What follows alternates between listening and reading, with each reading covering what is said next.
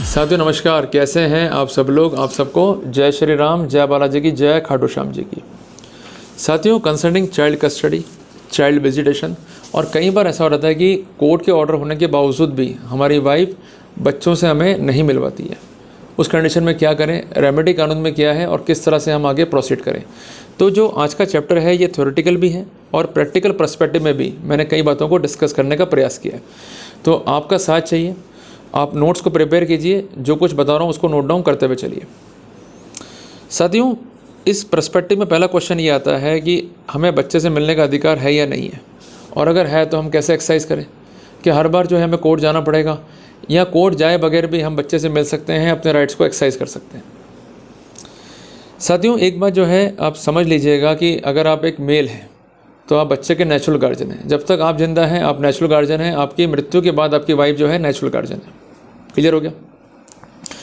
अब पॉइंट ये हो रहा है कि जब भी डिस्प्यूट होगा और वाइफ जो है पीयर बैठी है और बच्चे उसके पास में हैं, तो लगातार वो बच्चे को पॉइजनिंग कर रहे हैं, बच्चे को ट्यूटेड कर रहे हैं। बच्चा संभावना इस बात की आपसे मिलने से मना भी कर सकता है। तो जब भी वाइफ जो है पीयर में है और आप ये चाहते हैं कि बच्चा आपको मिले, तो do not lose your subject. अगर आप सब्जेक्ट को लूज़ कर देंगे तो सब कुछ लूज़ कर देंगे।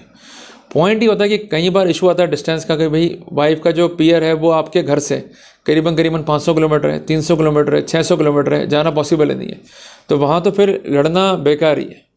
ये आपको मैं इसलिए बोल रहा हूँ कि देखो, प्रैक्टिकली आप महीना 2 महीना 3 महीना निभा लोगे, पर आपकी भी जॉब है, आपकी भी लाइबिलिटीज़ हैं, आपका बिजनेस है, तो कैसे आप उसको अवॉइड करोगे। तो वहाँ तो बच्चा आपको भूलना ही पड़ेगा। ये बहुत ही हार्श स्टेटमेंट है, बट इसको आपको एक्सेप्ट करना पड़ेगा। ये आपको मैं इसलिए कह रहा हूँ कि अगर आप कोर्ट ऑफ लॉ के भरोसे पिटिशंस को दाखिल करके ये फिराक में हो या इस सोच में हो कि बच्चा मिल जाएगा, नहीं मिलेगा, बहुत टाइम लग जाएगा। भाई ना तो तुमको मिलनी परमानेंट कस्टडी, ना मिलनी टेम्परेरी कस्टडी। विजिटेशन में मिलेगा तो मिलेगा 2 साल बाद। तब तक अपने एडवोकेट साहब को बुक कर लिया, पिटिशन कोर्ट में दाखिल कर ली, कई खर्चे कर लिए, ट्रैवलिंग एक्सपेंसेस कर लिए, पर आखिरी में हासिल किया हुआ सिर्फ विजिटेशन, वो भी 2 घंटे के लिए। तो बेकार है, क्यों टाइम ख़राब करें।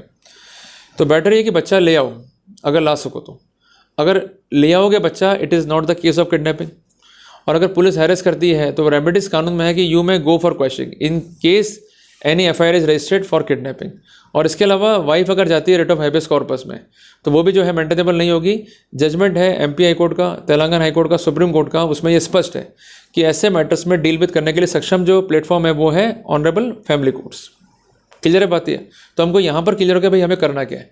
पर जहाँ हम सेम डिस्ट्रिक्ट में और ईजिली जो है अप्रोचेबल है, या हम एक शॉर्ट डिस्टेंस में, डिस्टेंस कितनी है 30 किलोमीटर 40 किलोमीटर, तो वहाँ प्रैक्टिकल पॉसिबल है प्रोसेस करना। तो उस कंडीशन में क्या है कि हमें पिटिशन दाखिल करनी है और एज सुन एज पॉसिबल जो है एम्फेसाइज करना है टू मीट विद चाइल्ड। और ये भी हमें जोर देना होगा कि वाइफ जो है वो डेलिब्रेट है, वो लोग इसको पॉइजनिंग कर रहे हैं बच्चे को, वो चाहते ये हैं कि बच्चा जो है बाप को देखने से मना कर दे और इतनी घृणा पैदा कर दो बच्चे के दिल में कि अल्टीमेटली वो अपने पिता से जो है वो दूर हो जाए। जबकि बच्चे के विकास के लिए, उसकी अपब्रिंगिंग के लिए एक पिता का होना आवश्यक है। और ये माएँ करती क्या है, घर में आने देंगे नहीं आपको। अगर बच्चे पढ़ रहे हैं और आप जा रहे हो स्कूल में, तो बच्चों के बेरा बोर्ड से मालूम नहीं कर सकते आप। क्लियर है बात ये। तो इस तरह के तमाम रेस्ट्रिक्शंस, तमाम ब्लॉकेज जो है वो क्रिएट करते हैं। तो वहाँ पर आपको पिटिशन दाखिल करना है धारा 7, धारा 10, धारा 12, धारा 25 गार्जियनशिप एंड बॉर्डर्स के तहत।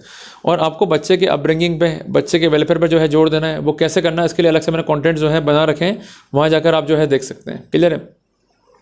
और आपको एक्सपीडिएट डिस्पोजल पे भी जो है जोर देना होगा। ये ज़रूरी इसलिए है क्योंकि लंबे टाइम तक अगर बच्चा टिक गया माँ के पास में और लगातार जो है फॉलोअप नहीं है, पॉइजनिंग हो जाएगा, तो बच्चे से आपका मिलना बहुत मुश्किल हो जाएगा। और इस बात की पॉसिबिलिटी भी है कि बच्चा जो है आपको भूल जाए। क्लियर है। तो अगर आप नहीं चाहते बच्चे को लेके आना और आप लोकल जो है एरियाज़ में हैं या डिस्टेंस जो है बहुत कम है आपके प्लेस से, वाइफ के प्लेस की, तो वहाँ पर रेमेडी बहुत अच्छी है गार्जियनशिप एंड वॉर्ड एक्ट के तहत। पर डिस्टेंस प्लेस पे है तो वहाँ ये रेमेडी बेकार है। फाइल कर भी दोगे तो प्रैक्टिकल रेमेडी ले नहीं पाओगे, धक्के खाते रह जाओगे। अब साथियों, तीसरा पर्सपेक्टिव ये कि कई बार ऐसा होता है कि आपने जो है ऑर्डर ले भी लिया, सेम डिस्ट्रिक्ट में भी हो, और वाइफ जो है नहीं मिलवा रही है, वहाँ पर क्या करें, ट्रिकिश प्ले कर रही है। साथियों, अगर वाइफ ट्रिकिश प्ले कर रही है, नहीं मिलवा रही है, तो वहाँ पर रेमेडी है कंटेम्प्ट ऑफ कोर्ट। और अगर जज का भी रवैया जो है लापरवाह है, go before honourable high court under writ of mandamus. Remedy मिलेगी पर जाना पड़ेगा। साथियों, इसके अलावा एक इंपॉर्टेंट जजमेंट है अब्दुल बनाम रसीना के नाम से जजमेंट है दिनांक 16/4/2025 का ऑनरेबल केरला हाई कोर्ट का। इसमें क्या होता कि मैरिज भी पक्षकारों के बीच में एक बच्चा भी हो गया, इनकी भी डिफरेंसेस भी हो गए, वाइफ जो है पीयर चली गई, तो बच्चे से मिलने के लिए केस दाखिल कर दिया पिता ने, और अल्टीमेटली इसका जो इंटरिम था पिता का वो कोर्ट ने अलाउ कर दिया, और महीने में 2 बार जो है मिलवाया जाए हर शनिवार को, ये जो है स्पेसिफिक कर दिया ऑर्डर में। शनिवार से मेरा मतलब है कि 2nd week and 4th week of Saturday को, ये आप जो है नोट डाउन कर लीजिए। और कोर्ट ने कहा भाई जो एक्सपेंसेस है पिता जो है बियर कर लेगा regarding the travelling of child. पर माँ ने जो है यू टर्न ले लिया कि भाई शनिवार पॉसिबल नहीं है और मेरा ऑफिस भी रहता है, तो आप मंडे का ऑर्डर कर दीजिए। ऑर्डर खुद ने मॉडिफाई करा लिया, तो कोर्ट ने ऑर्डर कर दिया मंडे का कि आप जो है मंडे को मिल लीजिए। अल्टीमेटली क्या हुआ कि मंडे को वो बहानेबाजी करते कि भाई बच्चे का स्कूल खुला हुआ है, जो टाइमिंग दिया है वो उस पर आना जो है पॉसिबल नहीं है। तो कोर्ट ने क्या स्पेसिफिक कर दिया कि ठीक है भाई बच्चे का पॉसिबल नहीं है, आपका पॉसिबल नहीं है, तो एक काम करते हैं शनिवार को जो है पिता बच्चे को ले जाएगा और संडे को बिफोर सनसेट जो है छोड़ देगा, और ये अरेंजमेंट जो है कंटिन्यू रहेगा टिल द फर्दर ऑर्डर्स। तो ऐसा करके एक माँ को जो है सबक सिखाया, एक ऐसी माँ को जो डेलिब्रेट है, वो चाहती नहीं कि बच्चा जो है पिता से मिले, वो चाहती नहीं थी कि बच्चे का एक पिता से जो है प्रॉपर इंटरेक्शन हो, वो चाहती नहीं थी कि बच्चे को ये मालूम पड़े कि उसका जो अपब्रिंगिंग है या उसका जो फर्दर वेलफेयर है वो पिता ही कर पाएगा। तो कुल मिला के जो रेमेडीज़ हैं वो कानून में हैं, चूँकि आप अपडेट नहीं है, आपको नॉलेज नहीं है, जिस कारण आप सही प्लेटफॉर्म जो है चूज़ नहीं कर पाते। तो ये रेमेडीज़ जो लेते हैं लोग, वो क्यों लेते हैं? क्योंकि बेसिकली उनको मालूम है कि अगर हम रेमेडीज़ नहीं लेंगे तो ऐसे सिनेरियो में वाइफ तो जो है वो जीती भी है, कम से कम वो अपने राइट्स को एब्सोल्युटली एक्सरसाइज नहीं कर पाए। जो हमारे राइट्स हैं हमें मिल जाए, भले थोड़े से मिले, पर कम से कम रेमेडीज़ जो है लेना आवश्यक है। तो ऐसे सिनेरियो में जो जजमेंट प्रीवियसली तय हुए हैं उस पर रिसर्च करो, उसके लाइट में जो है पिटिशन को ड्राफ्ट करो और रेमेडी को जो है सी करो।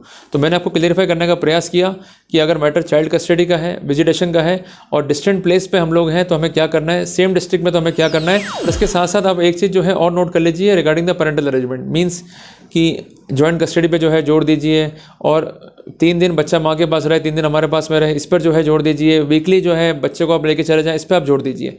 तो इस पर काफ़ी अपने को राहत मिल जाती है। बट एक्सपीडिएट प्रोसीडिंग्स होनी चाहिए। अगर प्रोसीडिंग में डिले हो रहा है तो वहाँ रुको मत, एक्सपीडिएटली जो है आप प्रोसीडिंग पे जोड़ दो। ये आपका अधिकार है, कोई भीख नहीं मिल रही कोर्ट से आपको। साथियों, उम्मीद करता हूँ कि मैंने आज के टॉपिक में जो है आपको क्लियर करा आपके राइट्स क्या हैं, किस तरह से प्रोसीड करना है और प्रैक्टिकल पर्सपेक्टिव क्या होगा। जल्दी मिलते हैं अपने एक नए टॉपिक के साथ। टिल देन, जय हिंद, जय भारत।